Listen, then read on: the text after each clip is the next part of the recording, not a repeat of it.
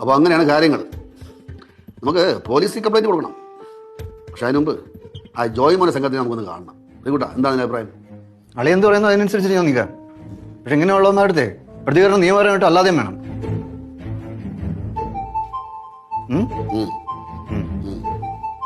ചേച്ചി ഉറപ്പായിട്ടും വേണം. ചെയ്യുമ്പോൾ വളരെ ബുദ്ധിപൂർവ്വം സൂക്ഷിച്ച് ചെയ്യണം.